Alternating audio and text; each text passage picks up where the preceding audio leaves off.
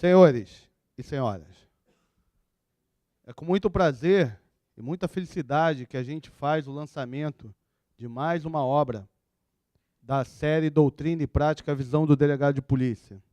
Uma série que já está no 7º volume e que leva para a sociedade, para o mundo jurídico, o pensamento e a forma de trabalho dos delegados de polícia.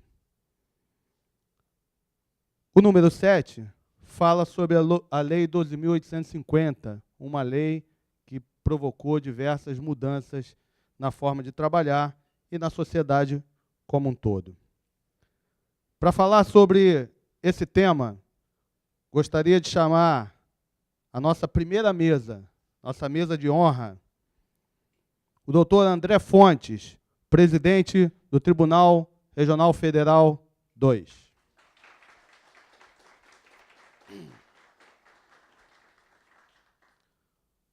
O doutor Edvandir Paiva, presidente da Associação dos Delegados de Polícia Federal do Brasil.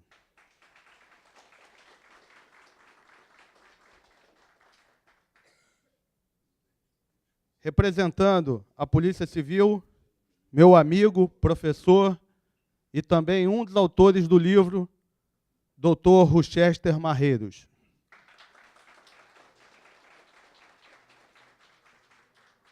Eu acabo de receber o telefonema do superintendente de Polícia Federal, que faria parte dessa mesa. Ele não pôde sair da sua sala, mas estará conosco aqui dentro de alguns minutos. A gente vai dar continuidade, tá bom? Um bom debate para vocês.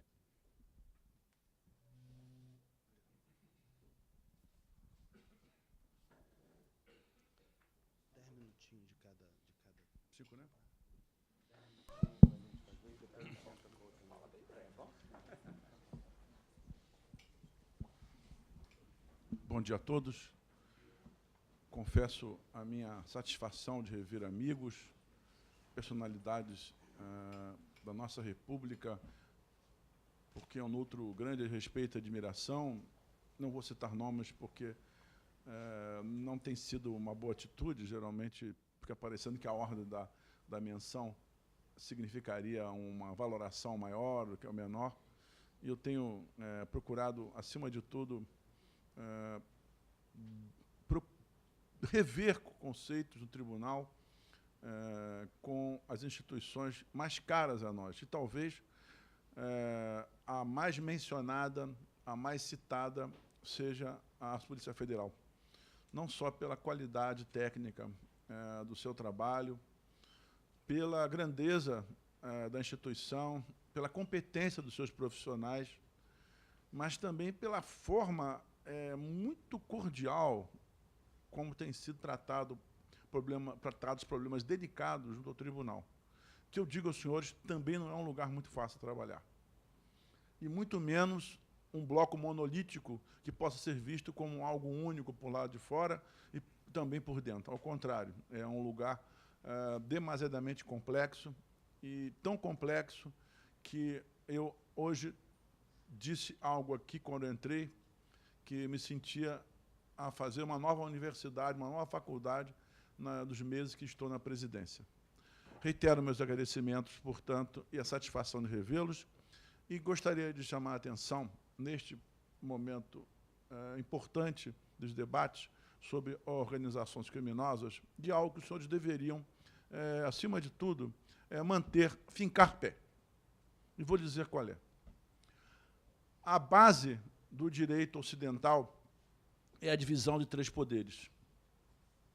A base da literatura criminal do direito ocidental é a literatura clássica do século XVIII e XIX, que vem a nos informar, no século XX, e agora respingando no século XXI, conventos do passado. Mas eu queria chamar a atenção nesses 2 exemplos que eu dei, e vou mostrar aos senhores como a evolução tem feito alterações importantes na maneira de pensar o direito. Por exemplo, em relação aos 3 poderes, nós, no Brasil, aderimos às chamadas instituições reguladoras, vulgarmente e agora oficialmente conhecidas como agências reguladoras. Qual é a característica delas? A fusão dos três poderes. A agência reguladora ela tem poder de normativos, ela edita normas, normas jurídicas, não de cunho legal, obviamente. A autorização legal para ela editarem atos é conhecida, as resoluções administrativas, a ANP e outras. Elas têm, portanto, uma correspondência com o Poder Legislativo ao editar normas dessa natureza. Segundo lugar, a capacidade de administração delas que corresponderia, teoricamente, ao Poder Executivo. E, finalmente, nas agências reguladoras, a aplicação de sanções, que corresponderia, em tese, à do Poder Judiciário. Todas concentradas numa só figura, e não houve contestação, é bom chamar a atenção disso, de que haveria violação dos poderes da República, dos três harmoniosamente considerados no nosso país, nesses momentos. Ao contrário, os percalços que a agência reguladora enfrentou foi por equívocos internos, na má condução eventual de um caso ou outro, o que pode acontecer, é bom lembrar, em toda experiência. Afinal, só se jogam pedras em árvores frutíferas. Ninguém joga pedra em quem não faz nada. Então, está fazendo a necessidade de se realinhar é sempre normal. Pois bem, em relação à atividade que eu, durante anos, no último, diria assim, momento que era do processo instaurado, desenvolvia e recebia os trabalhos pela acusação do Ministério Público e depois do trabalho incansável, indiscutível, de qualidade, também acho que está registrado em vários acórdãos, essas menções que eu faço agora, dos inquéritos que nós enfrentamos, que é essa visão muito compartimentada e que vem tomando a figura da atividade criminosa como se fosse aquela desenvolvida há 3 séculos, de um único homem, não falo mulher porque, na tradição jurídica, os exemplos são sempre ruins, são sempre para os homens. E eu queria manter aqui, porque são eles os causadores de problemas. O último livro de criminologia que li, um livro até italiano, diz exatamente isso, que a preocupação sempre foi de manter os exemplos exemplos masculinos, porque não tem sido muito educado a fazer o contrário. Então, não é uma questão aqui de ser contra de não dar igualdade de gênero. É porque a tradição é sempre dar exemplos negativos dos homens. E eu peço licença respeitosa às senhoras para continuar falando mal dos homens e falar bem das mulheres. Então, não me interpretem mal. Pois bem, nessa perspectiva, e com isso eu concluo a minha primeira pequeníssima participação, nós temos visto que, antigamente, nós tínhamos a distinção clássica de quadrilha ou bando, mas, hoje em dia, a ideia de complexidade, que é por si só um pensamento dos filósofos modernos, vamos pensar de forma complexa. E o exemplo de complexidade mais característico está nas chamadas organizações, as teorias das organizações. Uma das preocupações que eu não tive na formação, na minha graduação, porque era tratado como tema sociológico, mas que de tal forma entranha hoje nos partidos políticos, nas administrações públicas, que alguns autores também, italianos, primeiramente, têm falado de direito administrativo das organizações. Pois bem, isso também aconteceu no crime. E achar de forma ingênua que aquele velho criminoso que pulava um muro, que ainda existe, pode ser comparado a um complexo com mecanismos muito mais sofisticados que se imagina, com a intervenção de profissionais altamente capacitados e com formas de atuação sofisticadíssimas, nós não podemos achar que essas velhas formas são as mesmas formas para os novos problemas. Os mortos nos legaram muitas coisas, nossa formação, nossa retidão, nossa justiça. Mas eles não tiveram tempo de lidar com essa nova organização, a nova figura que nós enfrentamos hoje no mundo. Se eles tivessem, tenho certeza, estariam os primeiros aqui a chamar a atenção de nós. Tenho convicção disso. Mas eles nos legaram a capacidade de trabalhar. E penso aos senhores, mais do que nunca, que a principal figura hoje, destinatária da atividade, da persecução penal, no sentido mais amplo, é a figura organizacional do crime. Não tenho dúvida em dizer isso. E não faço aqui menção ou exclusões, não excluo nenhum dos três poderes. Os três poderes. E não faço aqui acusações específicas. Lembro que os três poderes são integrados por brasileiros.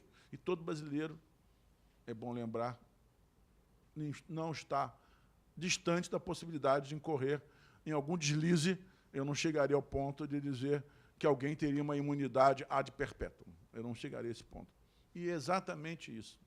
Nós não podemos, hoje, continuar a ler os livros de direito penal daquela forma mais simplória que eu pelo menos aprendi nas leituras que fiz na graduação e depois para o tribunal, os exemplos simplórios da singularidade de um réu com uma vítima desprovido desses artefatos modernos, sofisticados,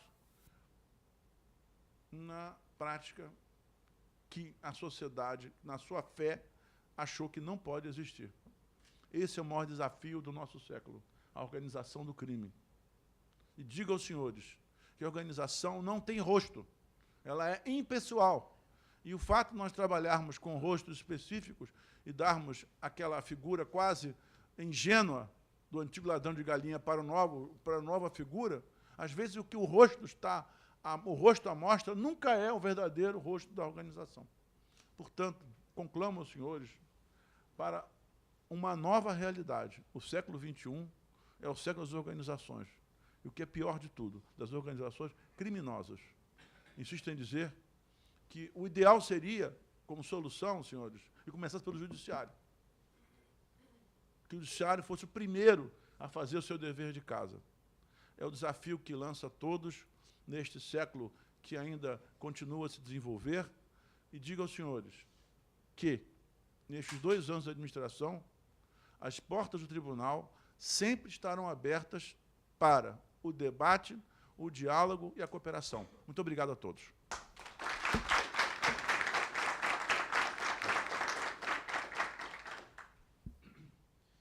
Bem, bom dia a todos. Obrigado, Cleiton, por ter me convidado para vir aqui prestigiar o evento. Confesso a você que não esperava que fosse compor a mesa e os debates, mas vamos lá. Bom dia a todos os colegas, a todos os participantes. Participar desse evento, para mim, é muito simbólico, porque desde a Academia Nacional de Polícia eu sou um entusiasta da produção literária e doutrinária dos delegados de Polícia Federal, principalmente na nossa área, que é a área da investigação, né? Nós conhecemos do assunto, nós temos experiência e temos muito a contribuir com o aperfeiçoamento dos mecanismos, né? A Lei 2.850 é um avanço do Brasil, é um avanço da sociedade. Ela trouxe muitos mecanismos que nos possibilitam fazer investigações de maneira mais profunda hoje, mas ainda é necessário muito debate acerca dos instrumentos e aperfeiçoamentos.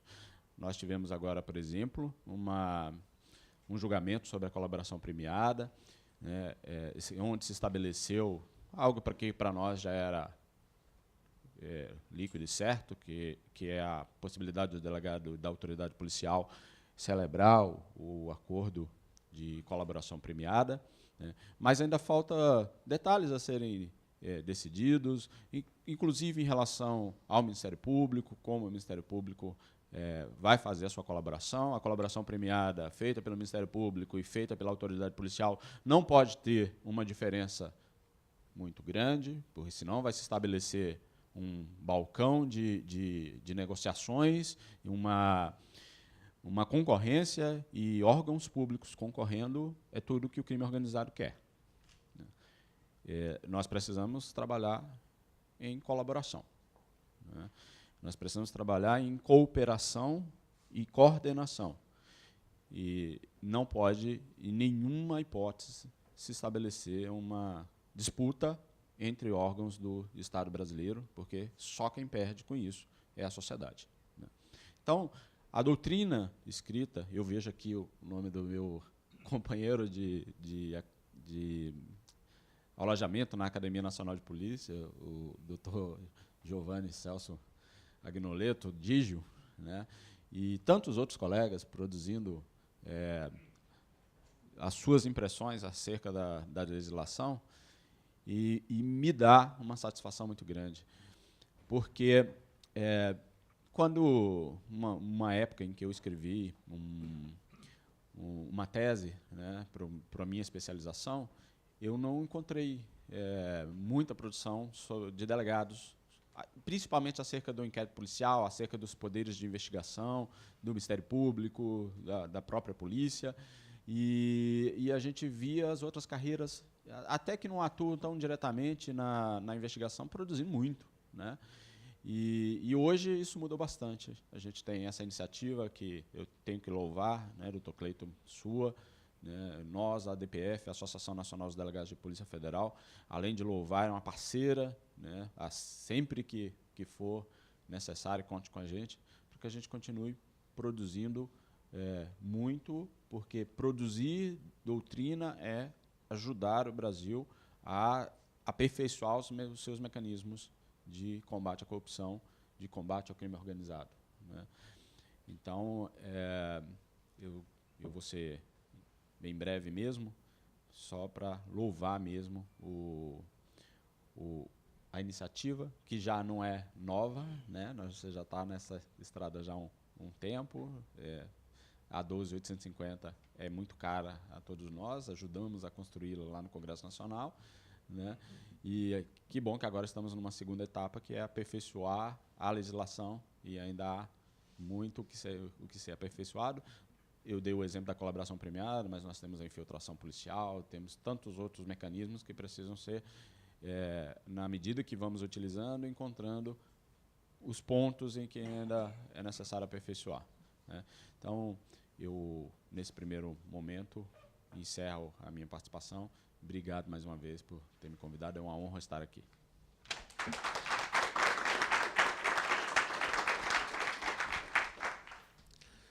Bom dia a todos. Queria agradecer ao Dr. Cleiton, presidente do Sindicato dos Delegados Federais. É um prestígio, uma honra muito grande compor o rol, o elenco de colegas, autores, né, prestigiados, reconhecidos, de vasta experiência na investigação criminal. Compartilho em gênero, número e grau os comentários aqui da mesa, né? Não quero constranger o doutor André Fontes, mas foi meu professor na Escola da Magistratura. Isso me coloca numa posição de mais honra ainda, ao lado de um mestre, ao lado do meu professor. Então, fico muito feliz pelo convite, doutor Cleiton, e vou tecer aqui 5 minutinhos, realmente, só para que aqueles nossos colegas que realmente vão abrilhantar a mesa com os debates sobre o livro possam ocupar seus lugares e nos presentear com seus conhecimentos. De fato, né, eu fiz o concurso em 2001 na Polícia do Estado do Rio de Janeiro, sou delegado de Polícia Civil do Estado do Rio. O Dr. Cleiton, com esse trabalho acadêmico, aproximou as polícias, né, civil e federal. Hoje eu tenho uma interação com os delegados de Polícia Federal muito maior do que tinha antes, muito mais por acabar nos aproximando por questões jurídicas, acadêmicas, do que propriamente na investigação. Porque, às vezes, a investigação depende muito de uma política institucional a respeito daquilo que cada uma das organizações, utilizando aqui a expressão muito bem colocada pelo doutor André Fontes, né, vivemos um momento em que precisamos nos unir, já que a criminalidade vem fazendo esse papel, né, de união de forças entre eles, né? Então, eu lembro que há uma dificuldade ainda acadêmica muito grande de inserir esses temas de maior complexidade na graduação. Eu posso confessar a vocês que eu fui 17 anos professor da Universidade de Itaciçá, tanto da graduação quanto da pós-graduação, e só em 2017 o currículo de Direito Penal, e é o último penal, Penal 4, né, que trata das legislações extravagantes, incluiu-se as legislações como lavagem de dinheiro, criminalidade organizada, em 2017. A criminalidade organizada ela já ela já tem essa estruturação há muito tempo, e é estarrecedor nós sabermos que juristas estão sendo formados sem absolutamente nenhuma aula sobre esse tema. Outro ponto importante, separei aqui uns pontos para não ser um furtador de tempo. A sociedade organizada, ela surge, obviamente, com a própria evolução social, como muito bem colocou o doutor André Fontes. A sociedade de risco acaba lançando os grupos sociais a se organizarem justamente pelas atividades cada vez maiores, coletivas, né? As atividades deixam de ser individualizadas, individuais, como, por exemplo, os artesãos, e passam a ser coletivos, principalmente com a Revolução Industrial. Isso vem ganhando cada vez mais espaço. E as instituições também precisam se organizar para que elas não cometam o erro e o risco de perder para a criminalidade quando elas, ao invés de se unirem, elas querem defender objetos de debates corporativos. A gente, hoje em dia, vive uma crise de legitimação e, ao invés das instituições se unirem, elas acabam se, digamos, conflitando. Isso é uma perda muito grande para a sociedade. Então, a organização social inclui essa união entre a Polícia Judiciária, a magistratura e o Ministério Público. Isso não significa que cada um vai fazer o papel do outro. Pelo contrário, é justamente esse debate que vai permitir delimitar entre eles a melhor postura de cada um, né? E aí, com isso, a gente trabalha em conjunto. E, para finalizar, a importância da obra, e realmente, quando eu estudei o concurso, primeiro, né, não tinha nenhuma formação a respeito de legislações extravagantes que debatessem questões de alta indagação. Muito menos temas relacionados à investigação criminal. Você estuda na graduação aquelas características do inquérito policial que não se aplicam mais à realidade. Muitos autores, inclusive, vêm mudando o seu discurso nos manuais a respeito dessas características do inquérito. Isso, a lei do crime organizado, ela dá um salto na forma de inclusão da polícia judiciária nesse âmbito jurídico. A atividade de polícia, ela não é só de técnicas de investigações policiais, mas não é possível essas atividades sem o respaldo jurídico, portanto, não é possível uma investigação criminal, um delegado de polícia não ter formação jurídica. A complexidade da nossa sociedade brasileira, ela exige que o delegado tenha essa formação jurídica. Não só o delegado, mas todo o corpo policial. Isso já é encarado dessa maneira na Europa. Na Europa, você encontra instituições policiais que formam seus policiais dentro de universidades voltadas para atividades policiais e inclui matérias jurídicas. Então, não fazer isso no Brasil, numa sociedade tão complexa como a nossa, é manter-se na Idade Média, né, de um debate acadêmico realmente retrógrado. E, para finalizar totalmente, a Polícia Judiciária, seja ela civil ou federal, é um corpo organizacional. E, na mesma maneira que as agências reguladoras, ou Banco Central, CVM, possuem legislações, inclusive, do ano passado, recente, que lhe dão poderes de maior atividade, para que possam desenvolver melhor as suas atividades fins, como, por exemplo, compartilhamento de sigilo sufragado pelo Supremo como constitucional entre os bancos e a Receita Federal. Essas atividades esses mecanismos de busca de informações precisam ter o respaldo do Supremo, precisam ter respaldo dos juristas em si, para que eles reconheçam que nem tudo que diga respeito à atividade investigativa implica necessariamente em uma intervenção primeira do judiciário. É preciso separar aquelas situações em que o judiciário precisa ter a primeira palavra, como vem previsto na Constituição, interceptação telefônica, por exemplo, e aquelas situações em que o judiciário atua como uma segunda palavra, como um controle posterior, como o caso simples da prisão em flagrante.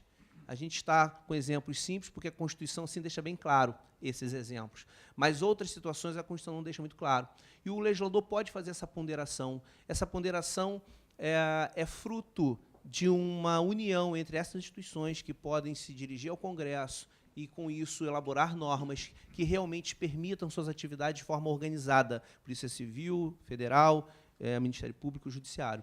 É com isso que você enfrenta a criminalidade organizada. Se nós não nos organizarmos, e a criminalidade organizada for mais organizada que a gente já começa perdendo, a gente já começa a corrida lá atrás. Então, era esse o recado que eu queria deixar, para que valorize-se a produção acadêmica dos delegados de polícia, porque possuem formação jurídica e expertise investigativa para poder informar o que é necessário para uma investigação célere, ao mesmo tempo que se protege garantias e direitos fundamentais. Não tenho dúvidas que também essa é uma preocupação da polícia, porque não queremos trazer de volta sequer resquícios de uma polícia passada, da época de um governo ditatorial. Queremos uma polícia democrática e, para isso, precisamos de autonomia e independência, como já existem em alguns outros órgãos administrativos. Agradeço a oportunidade, doutor Cleiton, muito obrigado e tenham uma boa apresentação.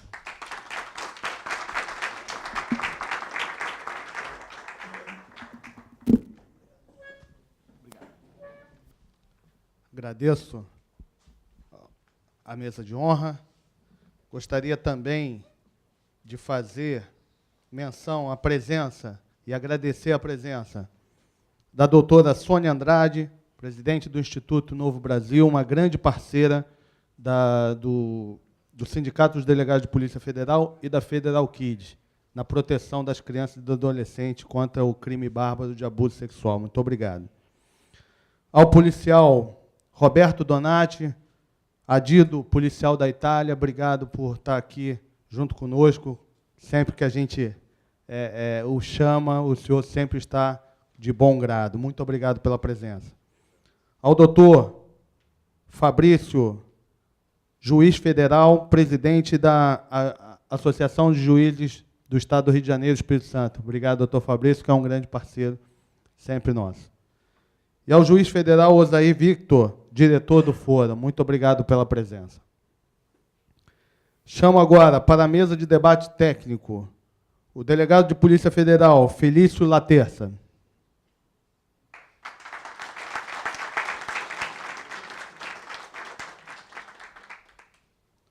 O delegado de Polícia Federal, Dr. Marcelo Tajiba.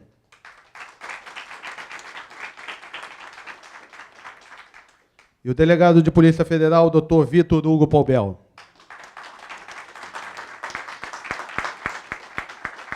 Para fazer a mediação, convido o doutor delegado de Polícia Federal, Henrico Zambrotti.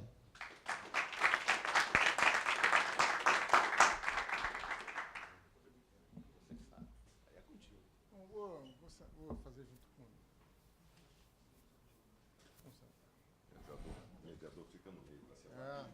Pode ter briga. Bom dia a todos. Nós estamos atualmente falando muito sobre dois assuntos. O primeiro deles é o futebol. Embora tenhamos aí um fracasso na Copa do Mundo, mas o assunto ainda é bem em voga. E o segundo é a corrupção.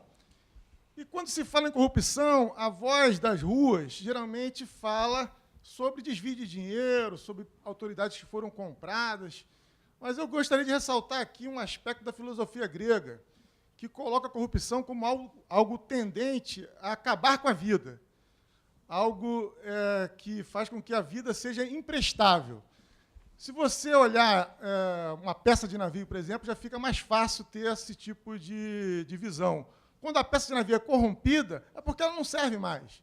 É porque a vida dela já se tornou imprestável.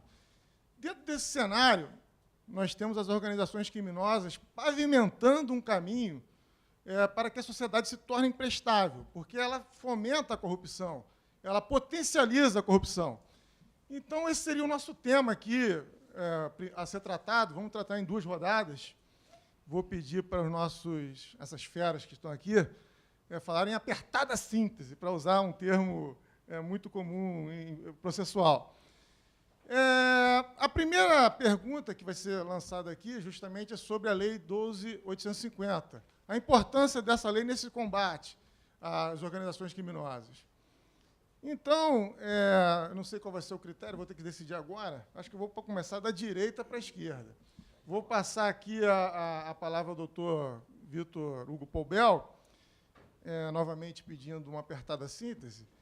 E quando o tempo estiver um pouco apertado demais, eu vou dar um pequeno cutucada. Como eu tenho 100 e poucos quilos, de repente vai ser um pouco mais forte que o normal.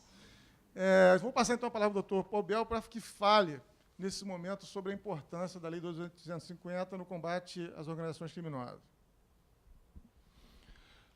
Bom dia a todos, bom dia aos colegas delegados de Polícia Federal, os colegas que estão aqui compondo a mesa, doutor Itagiba, doutor Felício, doutor Henrico. É um prazer estar mais uma vez participando do evento aqui pelo Sindicato dos Delegados, Associação dos Delegados de Polícia Federal. Tivemos aqui uma abertura magnífica do doutor André Fontes, nosso desembargador e professor, presidente do TRF, doutor Paiva, presidente da Associação Nacional dos Delegados de Polícia Federal, doutor Rochester, delegado de Polícia Civil, professor, pessoa que a gente admira bastante. E estamos aqui para falar um pouquinho desse tema, combate às organizações criminosas, delação premiada. Eu tenho cerca de 24 anos na atividade de delegado de Polícia Federal. E a delação premiada, ela assumiu um status potencializado a partir da Operação Lava Jato, quando efetivamente a fase ostensiva começou em 2014. Antes, a gente tentava buscar elementos de prova junto a alvos de investigação e tinha muita resistência. Era praticamente implorando essas pessoas para que falassem, fornecessem elementos, fornecessem informações acerca de determinado delito. E muitas das vezes essas pessoas ficavam retraídas. O que eu vou ganhar em troca? O que eu vou, se eu revelar o andar de cima, se eu revelar informações sobre a minha organização, o que eu vou ganhar? E com a Lei 12.850, isso caminhou num bom sentido para que a investigação realmente se tornasse mais efetiva. Como bem disse aqui o doutor Henrico, a corrupção é aquele mal silencioso, que quando ele se revela, ele explode. É o dinheiro da educação, é o dinheiro da saúde, é o dinheiro público indo para o ralo e indo para o bolso das pessoas. E nessa fase inicial, que é a fase de investigação, o delegado de polícia, ele atua como se fosse, ele atua de forma imparcial e atua como se fosse o olho do Poder Judiciário. É aquele que vai buscar as provas, vai buscar os elementos necessários para instruir uma futura ação penal, buscando a sua autoria, buscando as circunstâncias, buscando todos os elementos necessários para que aquele crime seja comprovado, para que o Poder Judiciário assim aprecie e bem julgue, atribuindo a responsabilidade criminal a quem mereça. E muito se discutiu, hoje o STF já definiu a questão, se o delegado de Polícia Federal, ou o delegado de polícia como um todo, ele teria essa capacidade de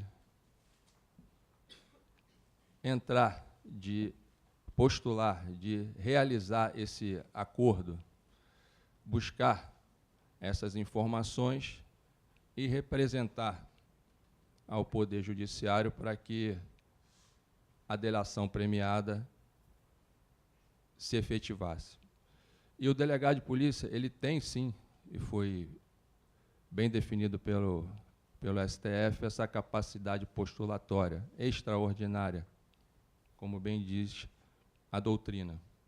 O delegado de polícia é aquele que tem o primeiro contato com a prova, com as informações que circulam acerca de um fato criminoso.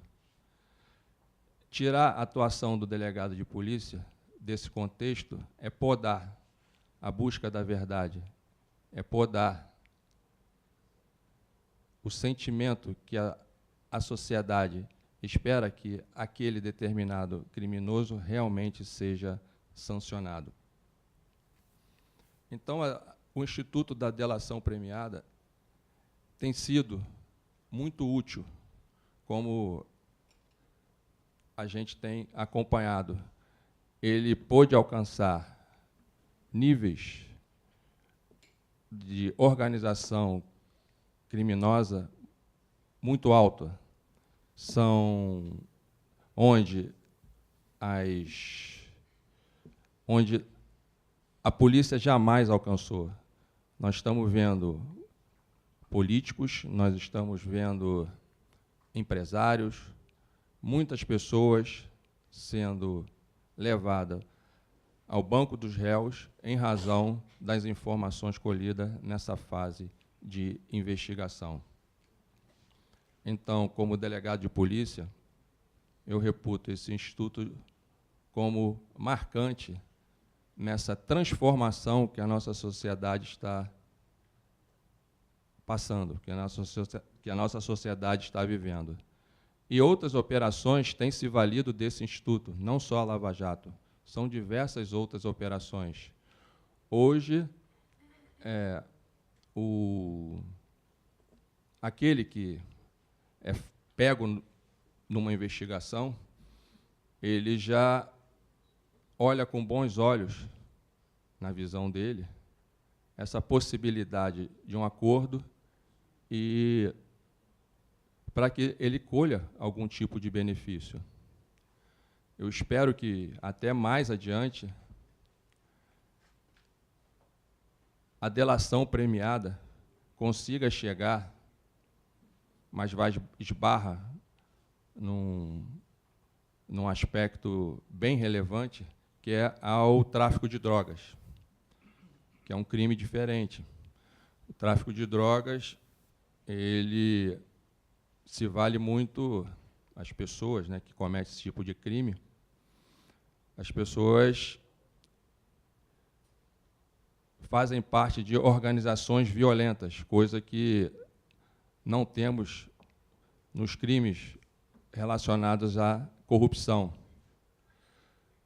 Mas, à medida que esse instituto vai se aperfeiçoando, vai se aprimorando, o tempo vai passando, já há casos em que traficantes ponderam, querem sair dessa vida odiosa, que é a vida do tráfico, e já estão fornecendo elementos a fim de terem suas penas reduzidas ou perdoadas, fruto da delação pelo Poder Judiciário. Então, meu caro Henrique, eu encerro aqui essa minha breve participação, como você solicitou, enaltecendo que o trabalho, essa obra-prima aqui dos nossos colegas, que realmente, como foi bem dito aqui na abertura, já estão inseridos no mundo acadêmico, já estão propagando seus pensamentos. Eu vejo muitos livros, esse aqui é o 7º, já ocupando as estantes dos nossos colegas magistrados, dos membros do Ministério Público, de professores universitários, que querem saber o que o delegado está pensando, a forma que o delegado entende determinado Instituto do Direito Penal. Então, eu parabenizo todos os autores dessa obra de combate às organizações criminosas, lei que mudou o Brasil.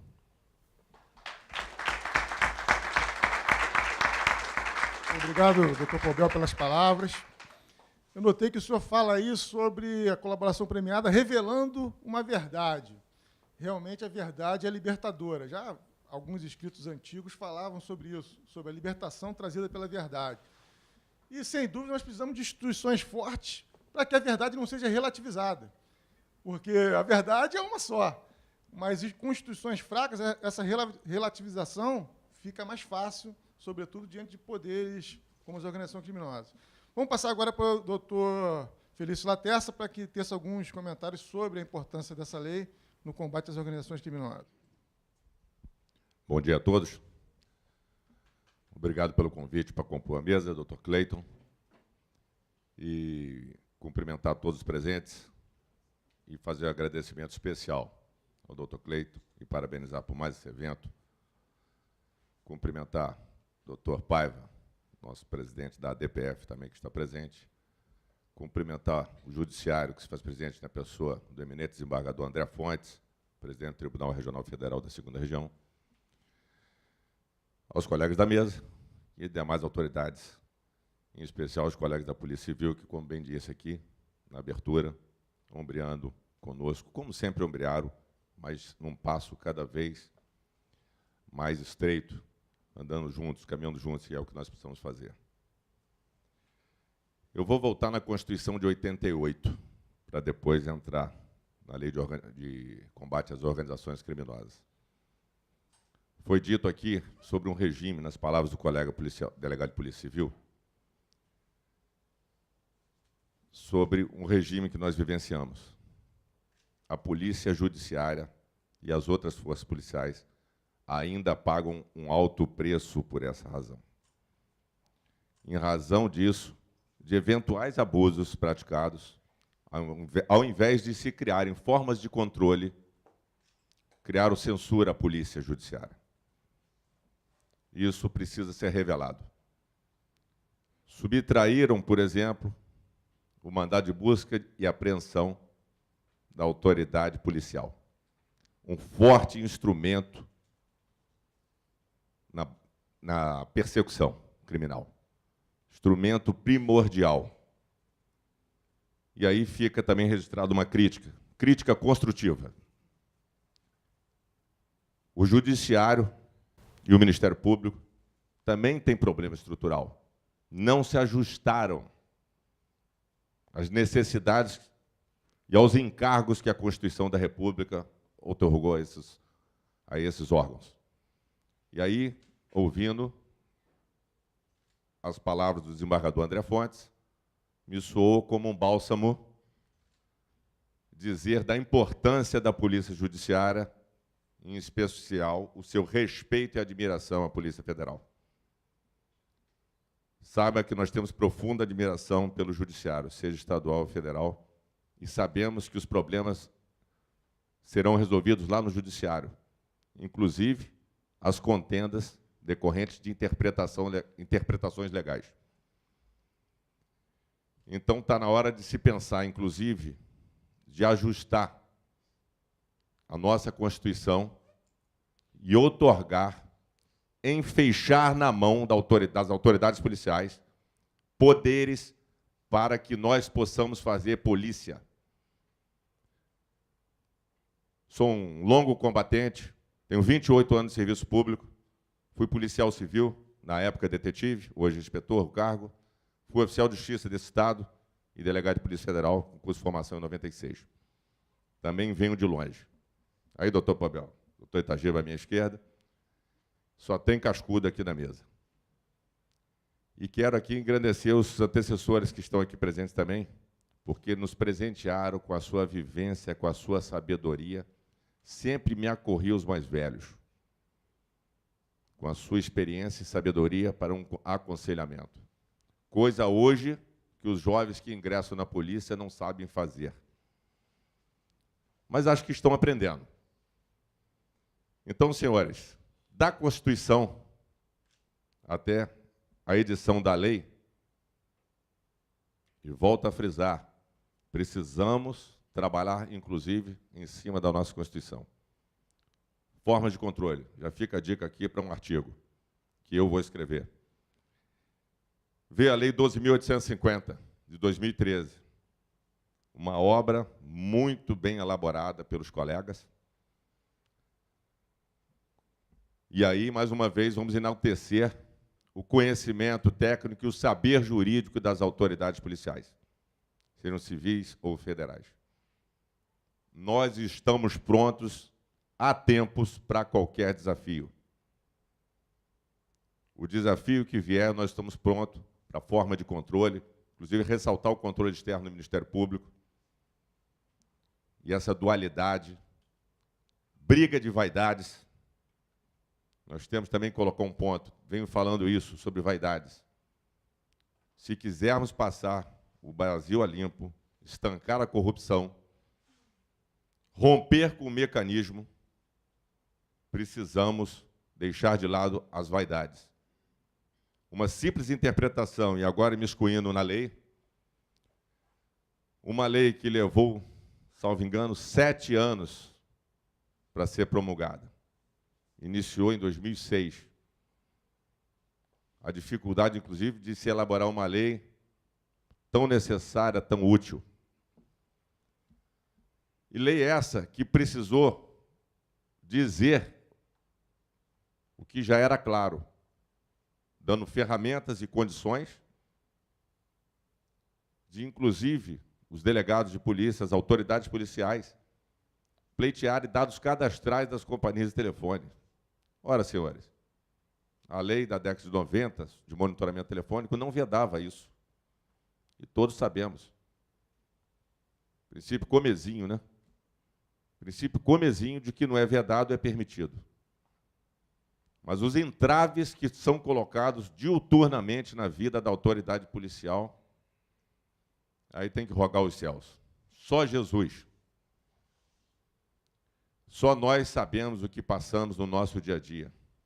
As intempéries, as dificuldades, muitas vezes a falta de estrutura. Mas, enfim, tivemos essa lei, 2013 para cá, e os juízes que se fazem presente, as demais autoridades, sabe o quanto avançou, o quanto avançaram, melhor dizendo, as investigações policiais. Quantos casos, em busca da verdade real, que foi mencionado aqui pelo doutor Henrico, não estamos trazendo e colocando à prova. Então, importantes ferramentas foram colocadas à nossa disposição, mas falta ainda a aplicação de certas ferramentas que nos foram conferidas. O Judiciário precisa resolver isso de forma urgente e clara. Não dá para ficar dizendo o que está escrito na lei, se é assim ou se é assado. Ferramenta nós temos para combater. Hoje, quase todos os casos de repercussão estão enquadrados nessa lei, em especial a Lava Jato, né, que virou um marco na história do Brasil. O tráfico de drogas. Então, hoje, está bem mais fácil, entenda esse fácil entre aspas, fazer a polícia. Mas muito há o que evoluir e precisamos ter a contraprestação, o apoio, a firmeza do Judiciário brasileiro. E, por óbvio, a compreensão, o caminhar lado a lado do Ministério Público, seja estadual ou federal. Como teremos uma outra rodada, vou deixar para a gente aprofundar em outros temas, mas fica aqui a questão, o ponto nodal que nós precisamos atacar e trabalhar. E, mais uma vez, parabenizar todos os autores dessa preciosa obra, que, não tenho dúvida, vai ser livro de cabeceira de muitos. Obrigado.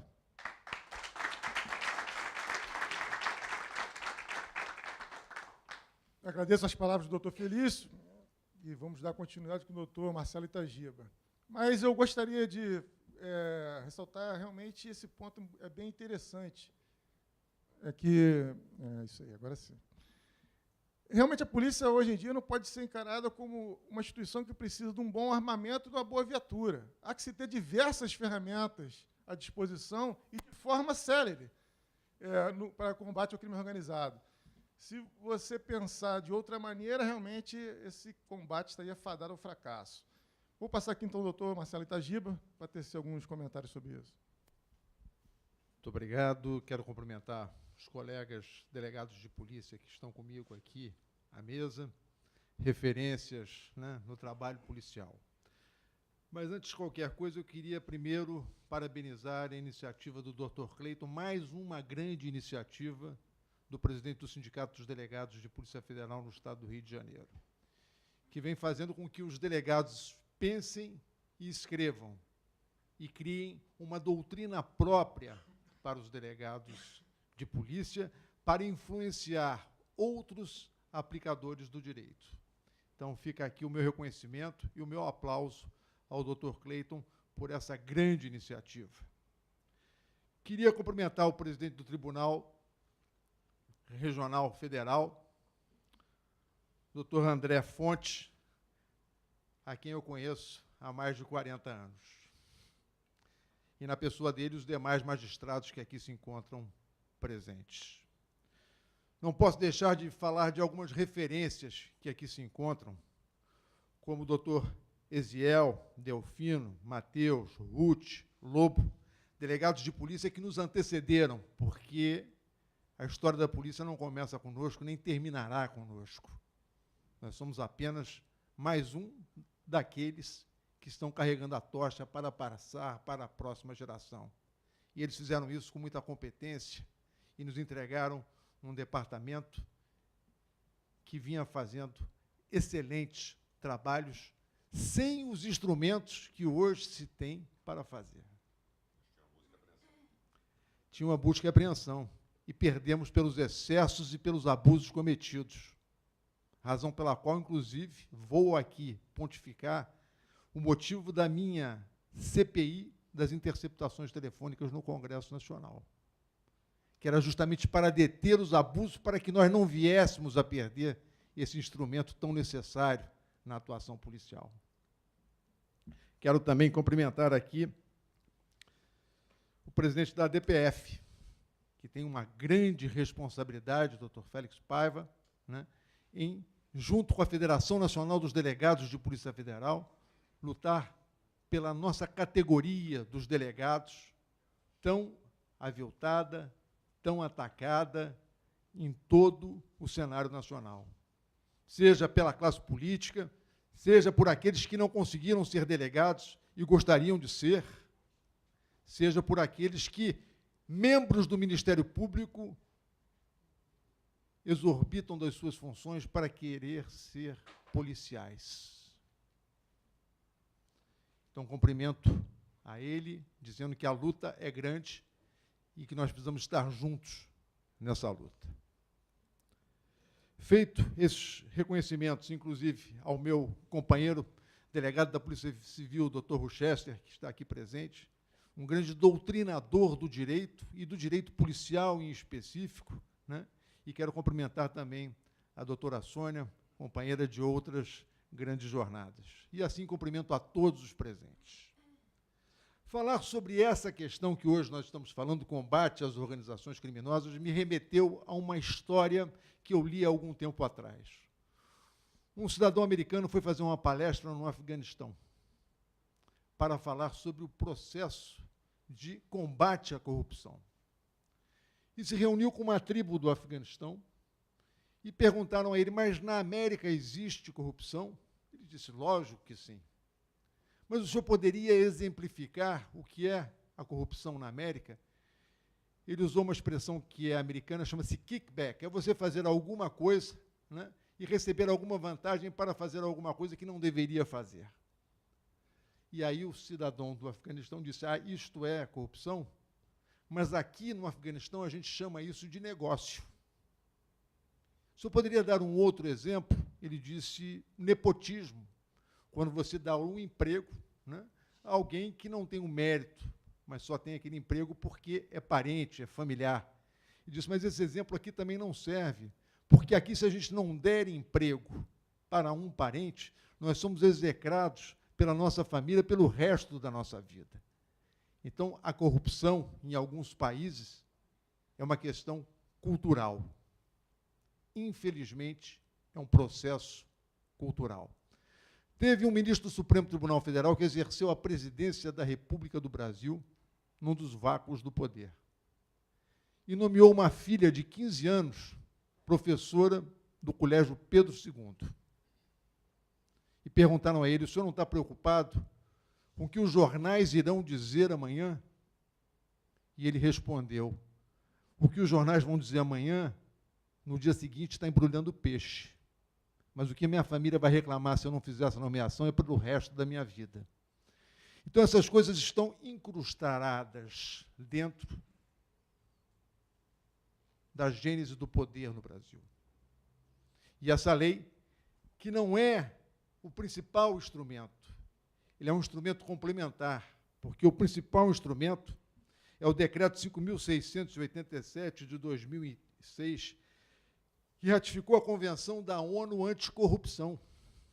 Esse talvez seja o instrumento mais importante que deu origem aos demais documentos que hoje nós estamos discutindo, que é a legislação de combate ao crime organizado.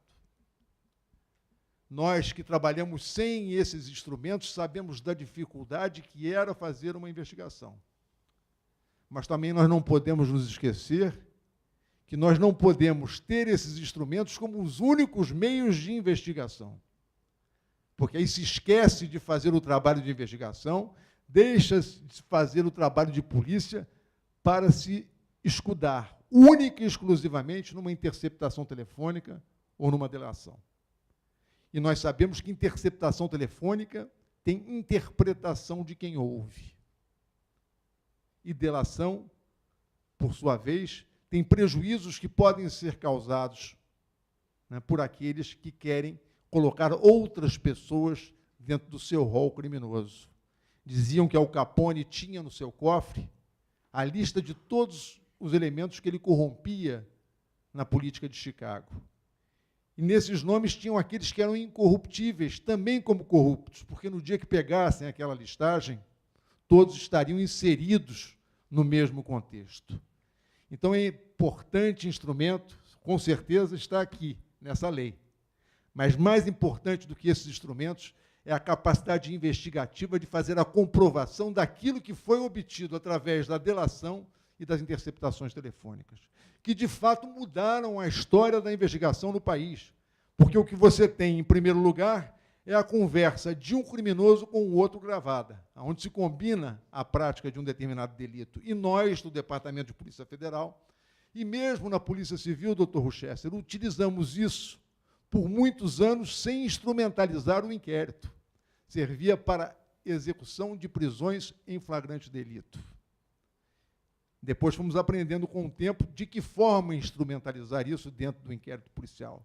Até porque são horas e horas e horas e horas de gravação que devem estar submetidas ao devido processo legal. Nós não podemos nos esquecer disso. E a outra coisa é a delação, é o comparsa dizendo, né, que juntos nós cometemos determinado tipo de delito ou determinado tipo de crime. Então, a união dessas duas coisas, mais os dados de investigação, que é a essência da atividade policial, precisam estar carreados no inquérito para fundamentar uma denúncia bem feita, para que permitir ao juiz, ao apreciar a denúncia, sopesando com a defesa, possa dar a sentença mais correta e a mais justa. Eu aqui evoco uma questão que eu acho que é fundamental e sempre defendi essa questão. São Paulo, e eu trabalhei muitos anos na entorpecente da Polícia Federal em São Paulo, muitos casos de tráfico local, e atuávamos com a Justiça Estadual. Em São Paulo existe o Departamento de Inquéritos Policiais no Poder Judiciário. Então, André, fica aqui uma sugestão para o Tribunal Regional Federal.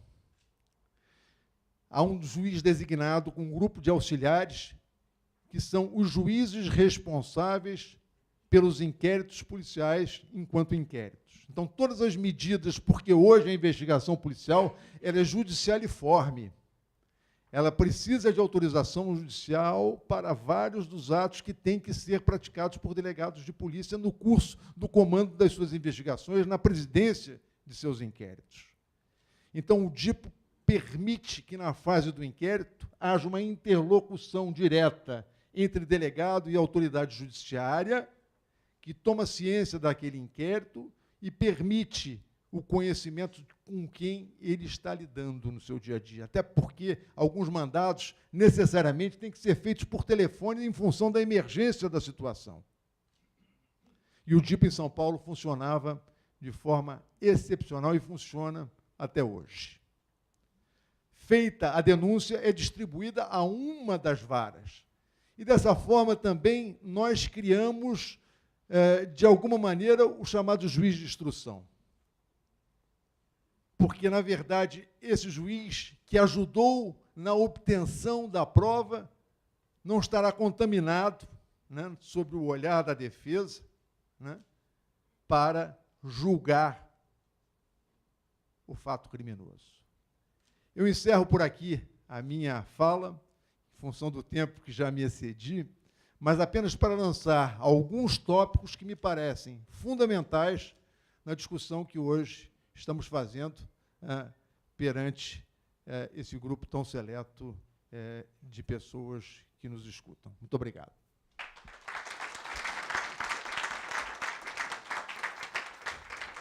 Obrigado, doutor Itagiba, pelas palavras. Uma coisa interessante, logo no começo da fala do senhor, foi o seguinte, a questão da corrupção como cultural. E nós podemos observar como é difícil andar na contracultura. Diversos exemplos históricos de pessoas que tentaram, se arvoraram nessa contracultura, com dificuldade eles tiveram. E é a dificuldade que nós temos aqui agora, andar na contracultura. Então, realmente é uma atividade que demanda grande dedicação. Agora vamos passar a segunda e última etapa aqui do nosso debate e vamos falar sobre segurança pública. Eu estava falando até com o doutor Lira ali, Rubens de Lira, que escreve também o livro aqui, um dos autores, como é amplo esse tema. O doutor Lira é um estudioso da área do direito, da filosofia, da sociologia, agora recente da psicologia, não sei se da matemática, não, acho que não, né? Então, como é amplo essa questão? Então, eu vou ser cruel, porque eu vou passar para os senhores falarem em pouco tempo. Então, eu vou usar de crueldade. Como os senhores são pré-candidatos ao cargo de deputado federal, eu gostaria de saber algumas propostas nessa área, novamente, em uma apertada síntese, com grande crueldade. Vou passar, então, o microfone ao doutor Poubel para começar a fala sobre isso. Meu caro Henrico, o tema segurança pública é um tema muito vasto, mas o que todos sabem hoje se transformou no problema número 1 do nosso país, em especial aqui no Rio de Janeiro. Hoje, as pessoas saem de casa e não sabem se voltam com receio de se tornar a próxima vítima da violência. Estamos aqui no Rio de Janeiro vivendo um momento muito difícil. A bandidagem tomou conta da nossa cidade. Hoje não podemos dizer que temos um lugar tranquilo em nossa cidade, seja na capital, seja no interior, região serrana, região dos lagos.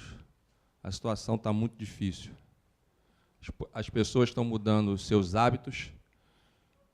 Hoje as programações estão no período diurno, as pessoas estão evitando sair de casa.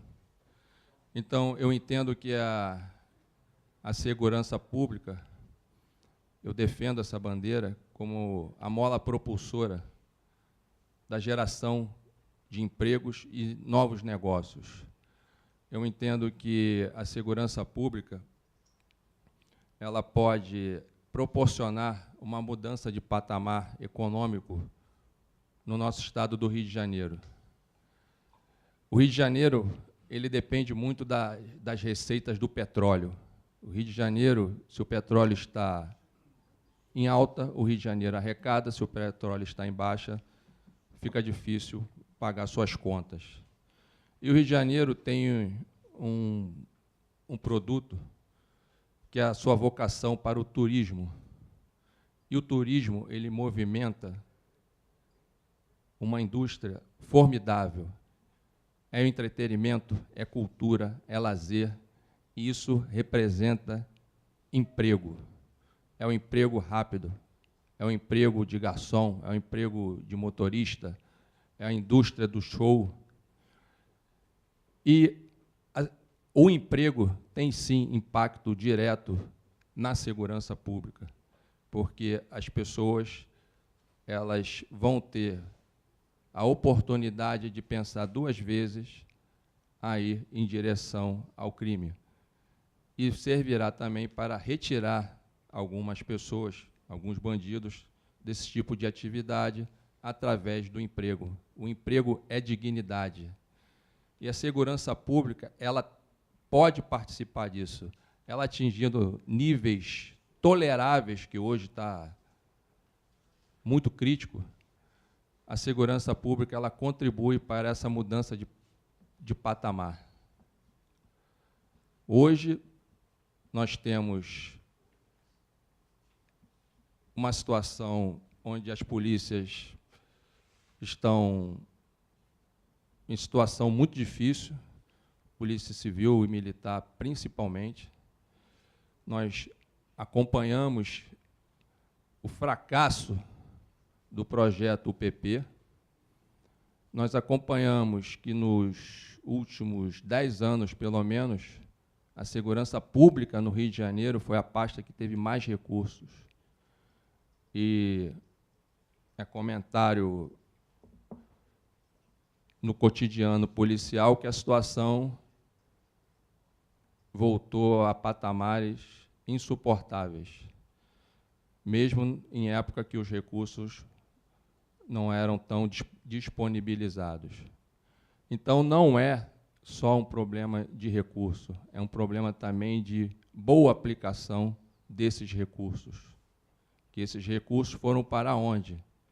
Carecem armamentos, delegacias faltando insumos, materiais. Não vamos nem entrar no mérito dos salários. Não vamos nem entrar nesse mérito. Que também os policiais eles devem e merecem ganhar muito mais. Nesse caminhar, eu entendo que o país deve ter uma política nacional de segurança pública efetiva.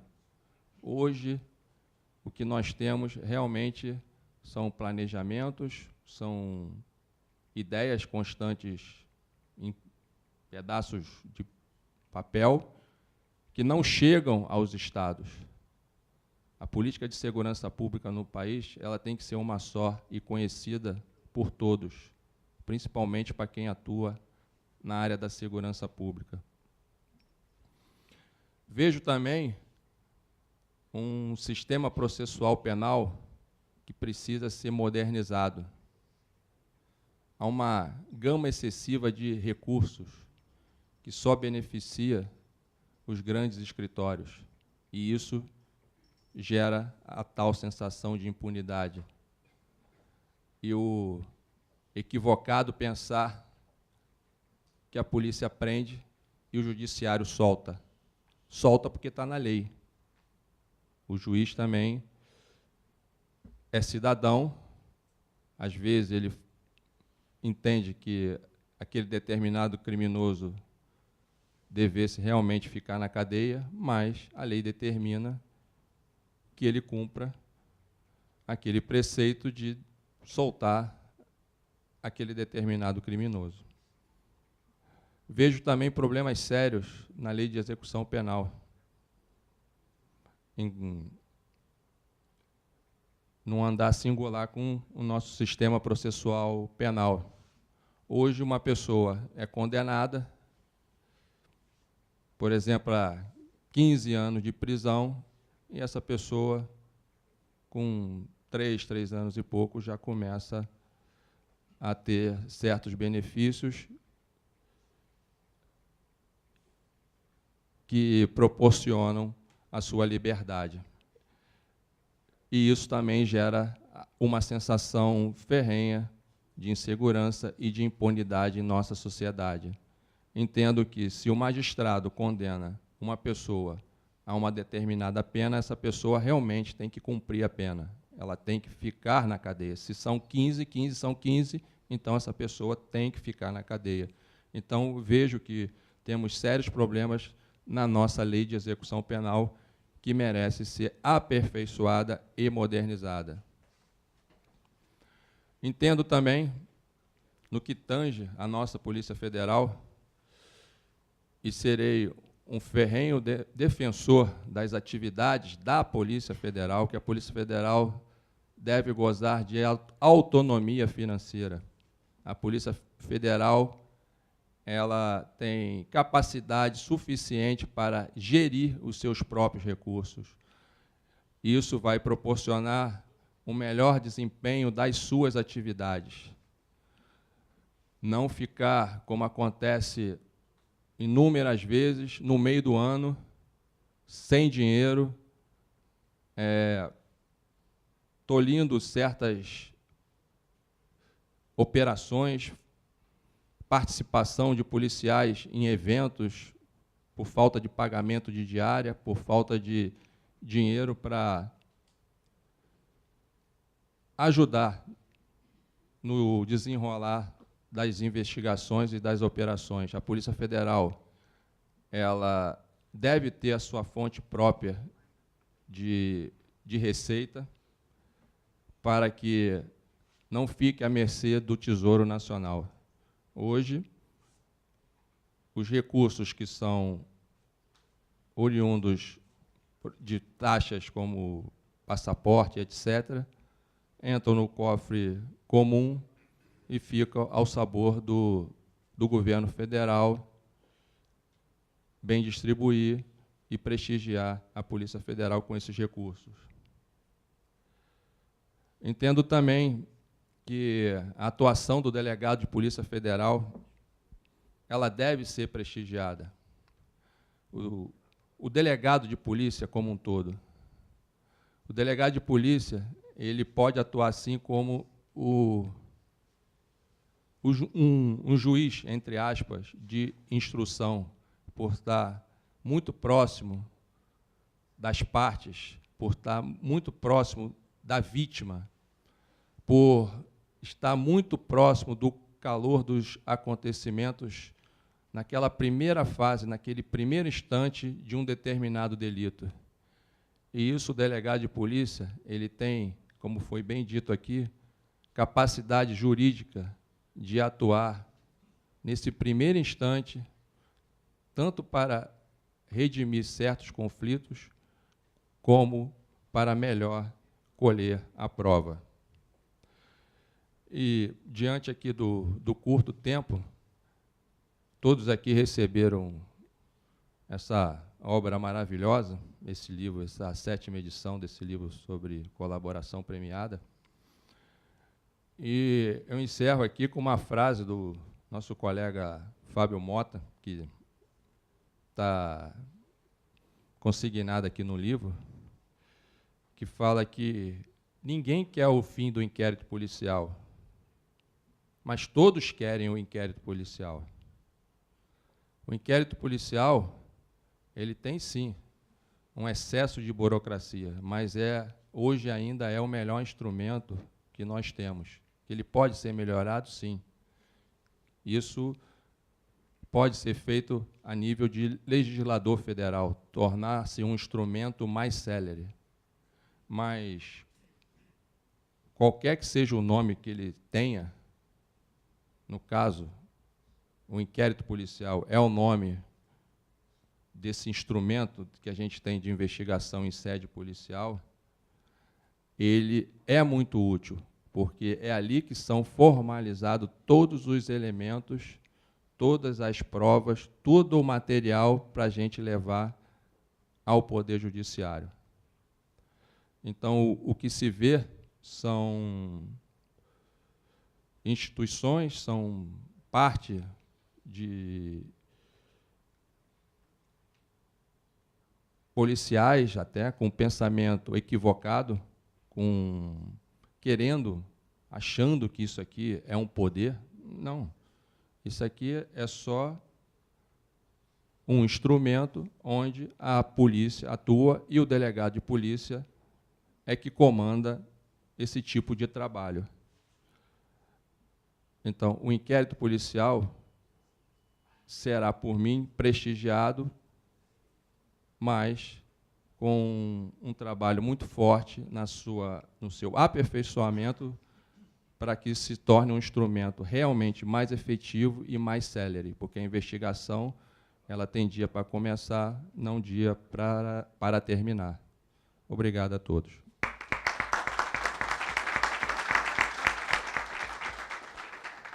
Obrigado, doutor Pobel, sobre a sua fala. Eu gostaria de destacar um ponto interessante, que é a autonomia financeira da Polícia Federal. Realmente é algo interessante. E outro caso é sobre a condução do inquérito. Alguns desavisados ou desinibidos têm falado que qualquer pessoa poderia conduzir um inquérito policial. Nós vemos realmente o contrário, a grande complexidade das organizações criminosas, a grande complexidade em se desvendar um crime. Se qualquer pessoa pode conduzir um inquérito, realmente fica uma fala jogada ao vento por algum desinibido. Doutor Felício, segurança pública, tema difícil de ser contemplado, e, sobretudo, em poucos minutos. Mas vou passar a palavra para o senhor, que certamente o fará da melhor maneira possível. Vamos lá, então. Fui surpreendido aqui com a fala do colega anunciando a nossa pré-candidatura. Agradeço. Então, fica aqui registrada a minha pré-candidatura a deputado federal pelo PSL. E aí, falando um pouco disso, pela primeira vez, vou seguir essa trilha. O que me levou a isso, dentre vários fatores, talvez o mais forte, a indignação. A indignação com o que nós estamos vivendo, o que nós estamos passando. O Brasil, né, são frases que são ditas, precisa passar limpo, mas basta de corrupção. Tem várias frases, né, que são ditas e reditas, mas poucos homens de coragem. Mas sobre isso eu preciso lembrar minha trajetória. Comecei como policial civil. Nunca coloquei a mão numa moeda que não fosse minha. Que fique registrado isso aqui. Seja como policial civil, seja como oficial de justiça, seja como delegado de Polícia Federal. E não foram poucas as tentativas. Na Polícia Civil, temos os colegas aqui, doutor Rochester e outros. Quantos bicos eu tomei? Por essa simples razão. Mas sempre trabalhei com dignidade e honradez, e esse é o meu caminho, a minha trajetória e o legado que eu vou deixar à minha família. E com essas qualidades que eu pretendo concorrer a uma vaga de deputado federal. Vamos entrar nessa seara. Segurança pública. Temos diversos pilares que o Estado deveria apresentar à sociedade e manter. Transporte, educação, segurança pública, sem necessariamente dizer qual o mais importante dentre eles. Mas eu vou apontar qual é o mais importante. O mais importante é educação. Falamos aqui em cultura. Sem educação, nós não vamos a lugar nenhum. Inclusive para mudar a cultura. São coisas distintas, educação e cultura, mas uma complementa a outra.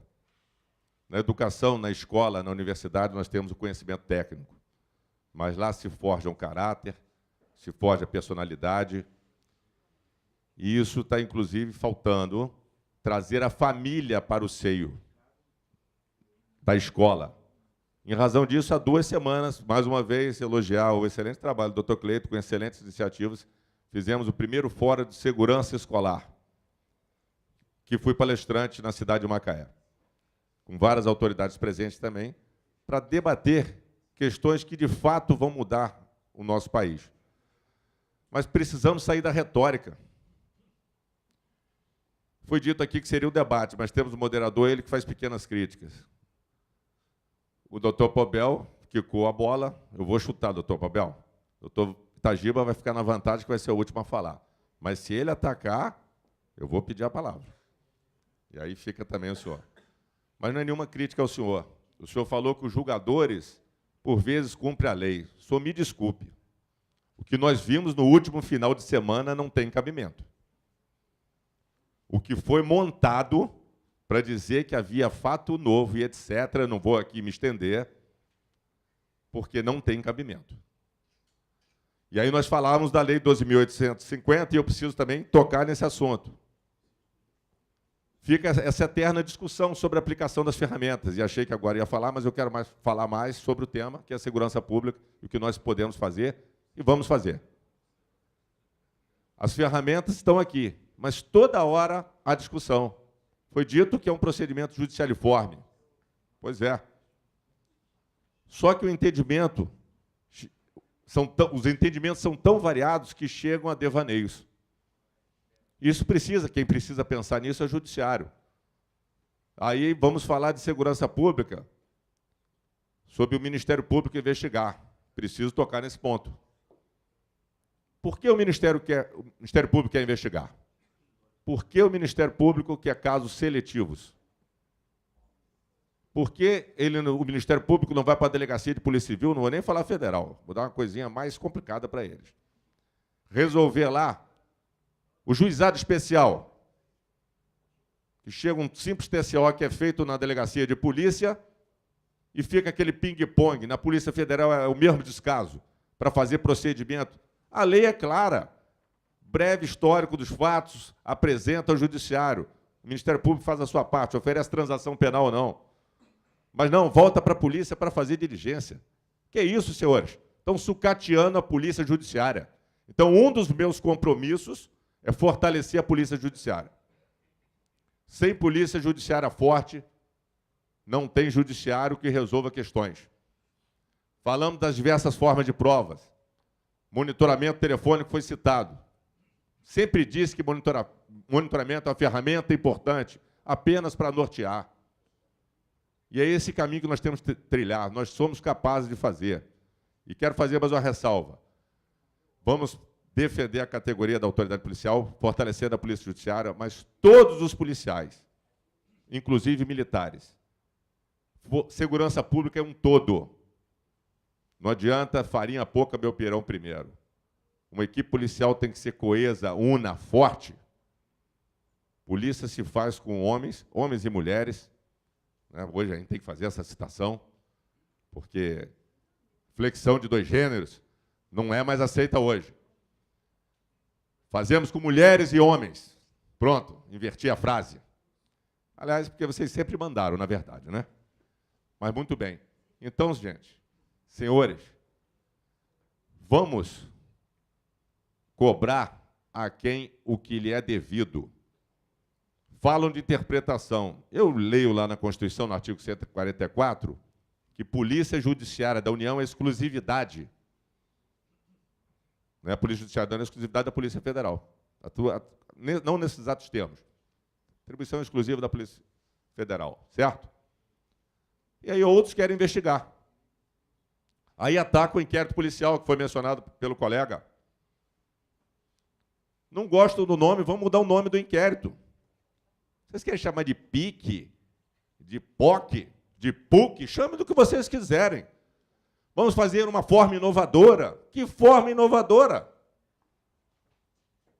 Falem com coesão, com concretude. No campo teórico, tudo é muito fácil, muito barato. Nós que operamos o direito, que fazemos investigação, sabemos o quanto é duro. Então, vamos voltar ao início da segurança pública. Hoje é o destaque dentro dos pilares que eu fiz menção. Mas o pilar central de qualquer país decente, moderno, eficiente, é a educação. Precisamos interagir. Foi promulgada recentemente a lei que instituiu o Sistema Único de Segurança Pública. Mais um desafio a esse país. Mais um sistema único. Ouço muito falar em integração. Poucos sabem fazer. Participei desde 2008, 2009, 2010, quando atuei no Piauí como delegado regional executivo, no Conselho de Segurança Pública do Meio Norte, onde havia todas as forças de segurança pública em atuação, entre 5 estados. A cada 6 meses nos reuníamos e debatíamos. Havia uma incipiente integração. Esse é um grande desafio. Um Brasil que faz leis e mais leis. Leis de identificação única, temos 2. Fizeram uma do ano passado, 2017. Tem uma de 97, que não colocaram em prática. Uma lei que teria que ser regulamentada em 180 dias e a carteira de validade, muitos não sabem disso, né? Em 5 anos perderia a validade, a identificação civil. Todo mundo ficou andando sem identidade. Não tinha valor jurídico, estava na lei. A lei foi regulamentada 13 anos depois. Então, senhores, é isso que nós vamos fazer no Legislativo. Nós vamos coibir essa falta de legislar. O Legislativo hoje é um dos piores poderes. A omissão do Legislativo está, inclusive, causando esse descaso. Então, disse lá no Fórum de Segurança Escolar a necessidade de se fortalecer a educação, inclusive se falar com a segurança pública, os projetos que as várias polícias, instituições policiais têm. A Polícia Federal atua dentro das escolas com prevenção a entorpecentes, o trabalho contra a pedofilia, aí temos que destacar o trabalho federal do Sindicato dos Delegados do Rio de Janeiro. Polícia Civil tem o Papo Responsa. Precisamos fortalecer isso. Agora nós precisamos ter estrutura. Chefiei por mais de 3 anos a Delegacia de Polícia Federal em Macaé. Me descompatibilizei agora em razão dessa pré-candidatura. O que aconteceu nesse tempo que lá estive? Trabalhei de forma integrada com as outras forças policiais. Tentei fazer, mas olha só, trabalhei integrado por iniciativa própria e consenso com o delegado titular da Polícia Civil, com o comandante do batalhão. Lá, quando cheguei, o comandante do batalhão era inacessível. Então, dependia da boa vontade de um homem. Ninguém pode falar pelo órgão. Tem que vestir a camisa e cumprir. Então, lá eu gostaria de deixar implantado e atuar em cada escola, levar um projeto da Polícia Federal, que é a nossa instituição. Em toda escola deveriam reconhecer o homem de polícia. Falar sobre entorpecentes, falar sobre abuso sexual e tantas outras coisas que um policial com a sua formação pode falar. Só que é impossível. A Polícia Federal em Macaé abarca 21 municípios. Então temos que reestruturar. A Polícia Civil não enxuga gelo. Quantos vêm, né? Às vezes um problema mínimo, que é uma ameaça, que quantas vezes termina em tragédia. E aí temos que lembrar a questão do delegado conciliador, que é quem está de frente a frente com a causa. É o primeiro a conhecer a aflição das pessoas e está diante da aflição das pessoas. Por que não em fechar nas mãos da autoridade policial determinados poderes? Receio de quê? Não preciso falar da capacidade, mais uma vez, dos delegados de polícia. Estamos preparados para qualquer situação. E vamos falar da autonomia. Autonomia urgente à Polícia Federal e às demais polícias, sem gerenciamento político. Não vou dizer a nomeação do Executivo, não vamos entrar nesse mérito. Mas não podemos, foi dito aqui, todo mês com pires na mão para pedir cota de combustível, complemento de cota de combustível, senhores. Vocês não sabem, por isso a dificuldade de se colocar a máquina para funcionar. Enquanto isso, a outra máquina da corrupção, essa coisa que está entranhada na cultura, que quando começarmos a mudar, vamos levar pelo menos a 50 anos, é o que eu estimo, para mudar a realidade, porque cultura não se faz da noite para o dia, são diversas gerações. Então, nós precisamos, de fato, começar a fazer algo de positivo e muito positivo. E voltando para a segurança pública, que aflige o nosso Estado do Rio, em especial, sob intervenção federal, tem que dar um choque de gestão na segurança pública. Foi dito aqui o PP, falido, o sistema já faliu. Se a ideia foi boa, tinha que vir com determinadas, uma série de medidas que não foram implementadas. Sendo que a corrupção, o mal dos males, não deixa o dinheiro chegar onde precisa. Ah, como fazer? Vamos falar simples, tira todo mundo da UPP. Pelo que eu ouvi no noticiário, 1/4 da Força Policial Militar está em UPP. Coloca todos os homens no batalhão, atua de forma inteligente. O cara do 9º vai fazer barreira, blitz, cumprir mandados noutra circunscrição. Formas simples de agir, simples de agir. Eu fui assaltado em 2016, no meu bairro, chegando à minha casa. Felizmente, reagi ao assalto e tive êxito. Podia não estar aqui para contar essa história. A minha mulher está sofrendo dos traumas até hoje da violência que assola as ruas. Um revólver encostado na fronte dela. Então, eu não sou um homem só de livro, não. Sou um homem de ação também. Aliás, me apelidaram de delegado raiz. Com muito orgulho, sim, senhor. Então, a gente precisa ter delegados raízes, com conhecimento jurídico, com coragem para mudar o que aí está. E vou dar mais um exemplo sobre medidas simples. Aliás, pelo que sei, é vedado também, os carros com insufilme. Falei da minha mulher, na verdade, para falar disso também. Minha mulher não pode ver um carro insufilmado passar por ela. Inclusive, o nosso carro já está praticamente sem insufilme, ela quer carro sem insufilme. Ela quer ser vista. E, aliás, o bandido, para quem não sabe, ele não gosta de assaltar carro sem insufilme, a não ser em fuga. Então, diversas medidas ainda não foram colocadas em práticas. Milhões estão sendo movimentados e nenhum resultado. Já chegamos a 70 policiais mortos. Ontem, mais um do BPVE. Foi abordar uma moto, o policial não tem segurança para fazer uma abordagem. Se ele mata um suspeito, o suspeito estava com a arma, mas ele não apontou para você. 2 policiais ontem foram mortos. Reagiu, foi abordar o motociclista, ele matou o primeiro e meteu 3 tiros no segundo policial. Então, precisamos de garantias para fazer polícia. Precisamos, inclusive, que a doutrina policial chegue aos tribunais, desembargador, senhores juízes presentes, e ao Ministério Público em especial, que não pode o policial que agiu na sua defesa, na defesa de outrem, ficar afastado do serviço, ficar respondendo um processo ad eterno com a espada sobre a cabeça dele. Então, senhores, há muito o que fazer. A minha cara está à tapa e à disposição de vocês. Muito obrigado, mãos à obra.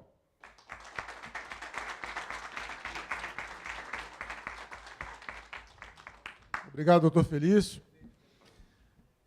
Como o senhor já foi bem contundente, eu não preciso tecer grandes comentários sobre a sua fala, mas destaco 3 palavras que o senhor falou, que nós devemos pensar: omissão, integração e reestruturação. Realmente são palavras que merecem a nossa atenção. Doutor Itagiba, então, vou passar para o senhor com esse tema segurança pública e clamo ao senhor aquela apertada síntese. Muito obrigado novamente por me devolver a palavra. Aprendi muito com os colegas que me antecederam, mas eu gostaria de tecer algumas considerações a respeito dos 2 posicionamentos que foram colocados aqui. Primeiro, a questão do que fazer em termos de legislação. Segundo, a questão da segurança pública. Vou começar pelo segundo, que é mais complexo. Eu já exerci o cargo de secretário de Segurança Pública, já estive superintendente da Polícia Federal no estado do Rio de Janeiro.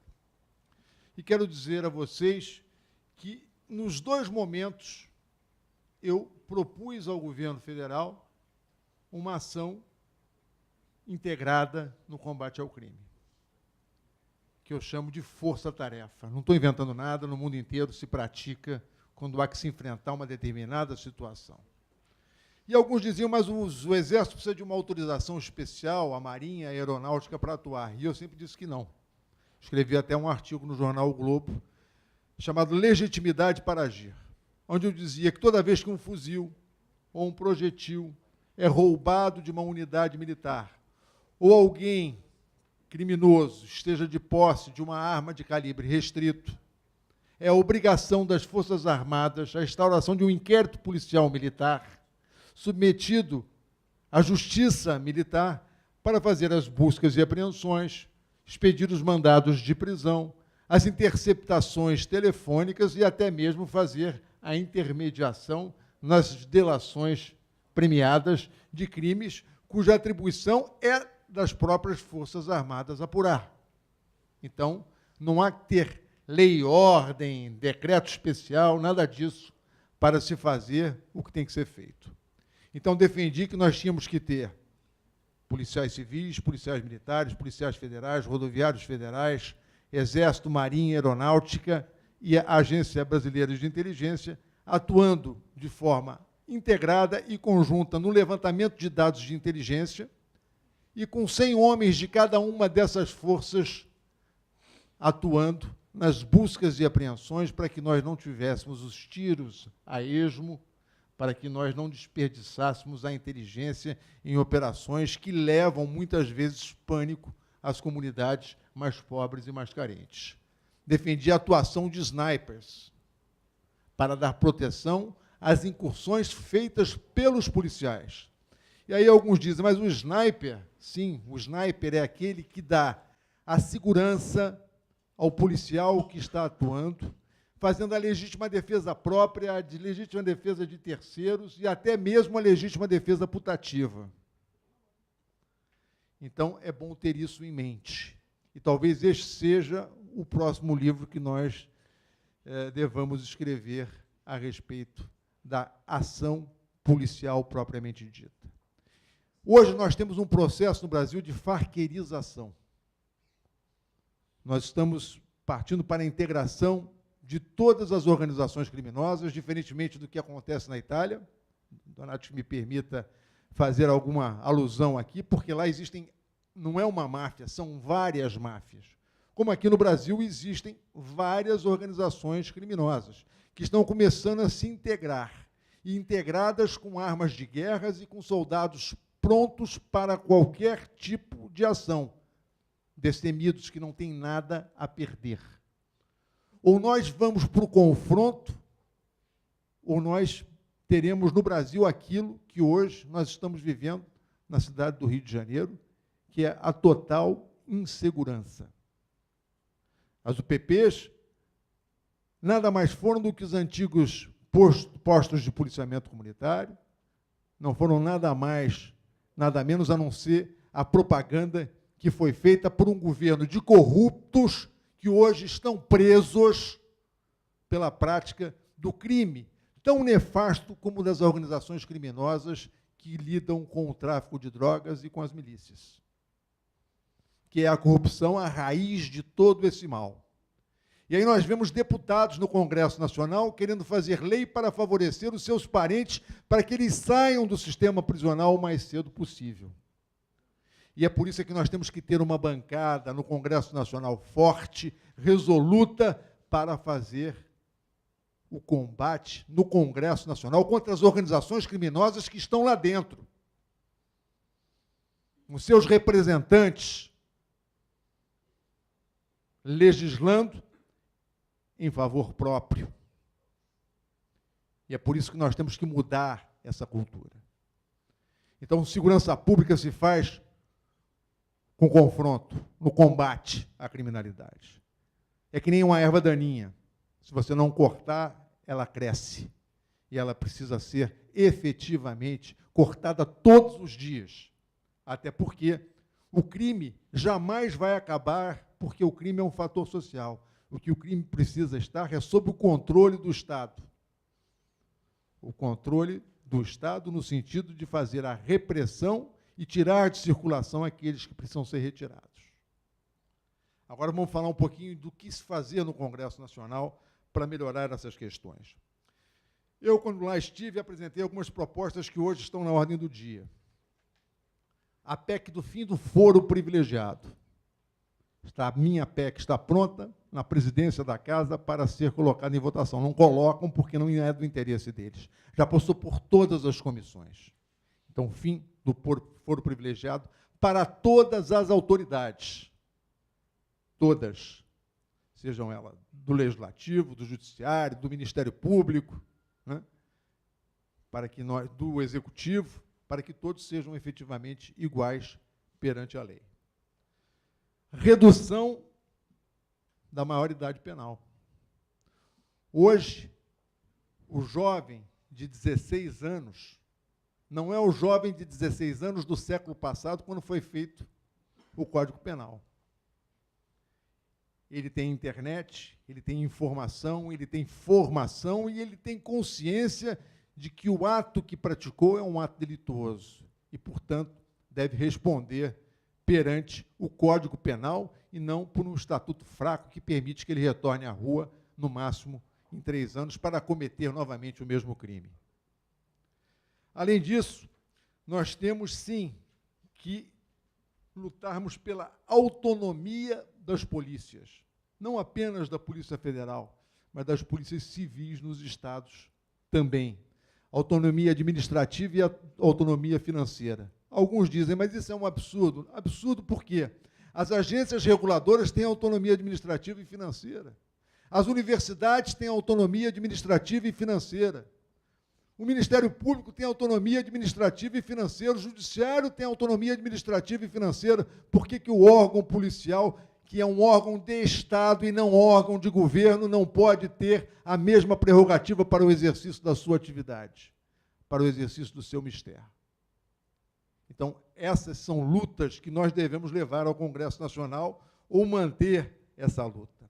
Temos que mudar o sistema repressivo penal. Há uma lei que ninguém mais utiliza ela, que precisa voltar a ser utilizada como instrumento da autoridade policial para dirimir questões e para reprimir os pequenos delitos, que é a chamada Lei de Contravenções Penais, que precisa estar sobre a égide de um delegado de polícia para fazer o seu cumprimento, exercendo quase um tipo de um juizado, né, de instrução na lei de contravenções penais. Então, são essas algumas questões que precisam ser debatidas, e talvez a mais importante delas. Como vocês sabem, educação e saúde e segurança são as principais ou as 3 razões de ser verdadeiramente de um Estado. Educação e saúde têm verbas constitucionalmente destinadas, né, de obrigatoriedade de aplicação. Só a segurança pública não tem.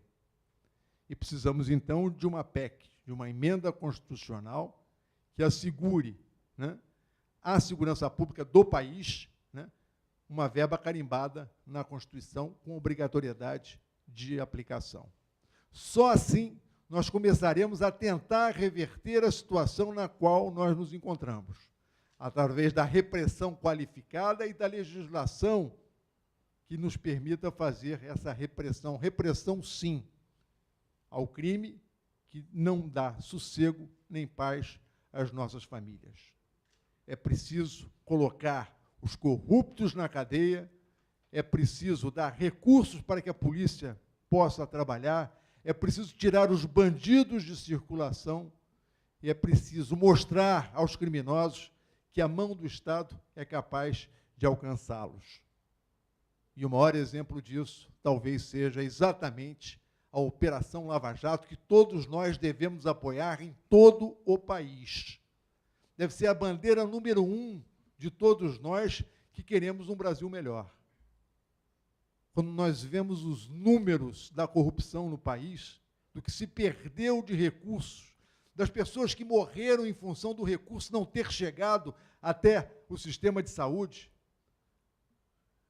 é preciso, de fato, passar o Brasil a limpo, é preciso tirar os corruptos de circulação e é preciso apoiar essa Operação Lava Jato, porque eles querem, de qualquer maneira, estancar a água da Lava Jato. Mas nós, juntos, não vamos permitir.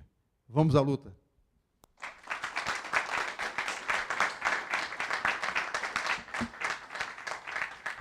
Obrigado, doutor Itagiba, pelas palavras. E destaco a necessidade de confronto, seja com armas, com ideias, é confronto, porque a atividade não é suave no combate ao crime organizado. Agora eu queria abrir para assistência aí Quem tiver alguma pergunta, alguém gostaria de algum esclarecimento dos componentes aqui da mesa?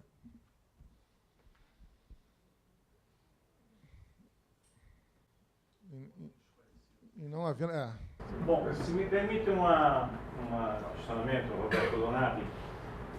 Os senhores como perceberam, como assim aceitaram essa saída da instituição da Polícia Federal, do Ministério da Justiça, para o Ministério de Segurança Pública? Porque, assim, a figura do delegado da Polícia Federal, né, e também como se fosse uma parte, um pouco o Ministério Público, né, em si, com a possibilidade de inquérito, né, que antigamente tinha até a possibilidade de encerrar o inquérito, não apresentar o inquérito para o Ministério Público, etc., era bem vinculado ao Ministério da Justiça, esse fato. Agora que tem esse afastamento, percebe como uma coisa positiva, até para um futuro de autonomia financeira, ou não? Vamos lá. Muito obrigado pela sua participação. Na verdade, não mudou grandes coisas. E não se passa de uma jogada política, a meu ver, ao meu sentir. Fizeram isso para dar ênfase ao mal que assola o país, em especial a segurança pública no estado do Rio de Janeiro, e ao fato que hoje que mais preocupa o cidadão brasileiro e do Rio de Janeiro que o diga, o cidadão do Rio de Janeiro que o diga. Não teve, dentro das estruturas, só pegaram as forças policiais e migraram para um Ministério de Segurança Pública que é extraordinário, ele é temporal, ele termina, finda nesse final de ano. Inclusive com promessa desse governo de diminuir o número de ministérios, de diminuir o número de vantagens e cargos que poderiam estar melhor distribuídos dentro da Polícia Federal, por exemplo, né, porque nós precisamos de cargos para preencher certas funções. O senhor é da Itália, o senhor não imagina quanto ganha um chefe de delegacia de Polícia Federal. É uma coisa vergonhosa. Então, não mudou absolutamente nada na prática, não sentimos nenhuma mudança, está com os dias contados e quero crer que vai voltar, vai retornar ao status quo ante. Então, a sua preocupação com o inquérito, as forças policiais continuam atuando da mesma forma, seria sobre a questão da integração que mencionamos aqui, de haver uma melhor integração e uma preocupação. Nada que o secretário nacional de Segurança Pública, dentro do âmbito do Ministério da Justiça, pudesse fazer, junto a todos os órgãos e forças policiais, além do Ministério da Defesa, que são as forças militares. Sobre o tema, o doutor Paubel gostaria de falar também? Sim, em síntese, Donati, eu até discordo um pouco do colega Felício, eu entendo que a polícia ela tem que ter a sua especialização. O Ministério da Segurança Pública, a meu ver, veio até tarde demais. A Polícia Federal, a Polícia Rodoviária Federal, vinculada ao Ministério da Justiça, não estava tendo a sua devida atenção, a sua devida importância. E que o doutor Felício falou, o Ministério da Segurança Pública, ele traz o foco político para a questão. Houve, claro que essa criação desse ministério foi algo feito sem muito pensar, ao sabor de um clamor público, de uma resposta que o governo atual estava sendo empurrado para dar à sociedade, porque hoje a segurança pública é uma questão nacional. Então, eu vejo com bons olhos, eu vejo a criação do Ministério da Segurança Pública como necessária, vai tornar o foco para essa questão mais próximo da sociedade, mais próximo das demandas. Haverá uma dotação orçamentária mais positiva para essa questão da segurança pública. A sociedade poderá acompanhar melhor o emprego dos recursos. No Ministério da Justiça, os recursos eram divididos em outros segmentos, como a pasta de direitos humanos, questão dos índios. Então, eu acho que essa divisão foi bem salutar. O Ministério da Justiça tem outras atividades, tem outra importância a nível do contexto nacional, mas eu vejo que a especialização e o foco político na questão da segurança pública, através do seu ministério, de muita importância nesse avanço que tem que ter a segurança pública a nível nacional. Hoje é um problema nacional, o Rio de Janeiro está em situação péssima, sim, mas hoje outros estados vivem problemas muito graves nessa questão. Obrigado, doutor Pobel. Doutor Itagiba, gostaria de falar 2 minutinhos. Os colegas que me antecederam já esgotaram essa questão, mas eu tenho um ponto de vista próprio. Há muitos anos atrás, eu escrevi também um artigo e defendi essa tese de que nós temos que ter um Ministério da Segurança Pública, mas dotada de verba constitucionalmente destinada. Então, não se pode fazer um ministério capenga, sem recursos para poder fazer os investimentos necessários. Acho que nós temos que fazer como o sistema canadense, que, embora tenham polícias independentes, e eu fiz meu curso superior de polícia no Canadá, no Canadian Police College, e eu acho que nós precisamos criar uma doutrina policial, que é algo que já vem sendo feito pelo Sindicato dos Delegados de Polícia Federal do Rio de Janeiro, através das publicações. Mas nós precisamos criar uma doutrina nacional de atuação e da atividade policial. E isso deveria ser feito na Academia Nacional de Polícia em Brasília, que deveria se tornar uma fundação para, através desta fundação, poder fazer exatamente isso, criar uma doutrina nacional de segurança pública, porque o crime que nós estamos enfrentando, ele não é só transestadual, ele é transnacional e precisa ser enfrentado de forma uniforme em todo o país. Até porque o PCC hoje já está entrando de forma definitiva no Rio de Janeiro, aliado a uma determinada facção criminosa e combatendo outras facções. Nós podemos chegar a um ponto no Brasil de termos a hegemonia de uma organização criminosa, inclusive elegendo representantes para o Congresso Nacional, participando efetivamente do processo político eleitoral. Ou nós acordamos para o problema e investimos efetivamente na questão da segurança pública, ou nós teremos consequências muito graves no futuro. Então, sou a favor, sim, do Ministério, com dotação orçamentária prevista constitucionalmente, com um percentual daquilo que é arrecadado pela União. Obrigado, doutor Itagiba. Eu gostaria de agradecer aqui aos componentes da mesa. Foi um prazer para mim participar desse debate, conduzindo aqui de forma humilde, né, porque eu não sou ninguém diante da grandeza de você.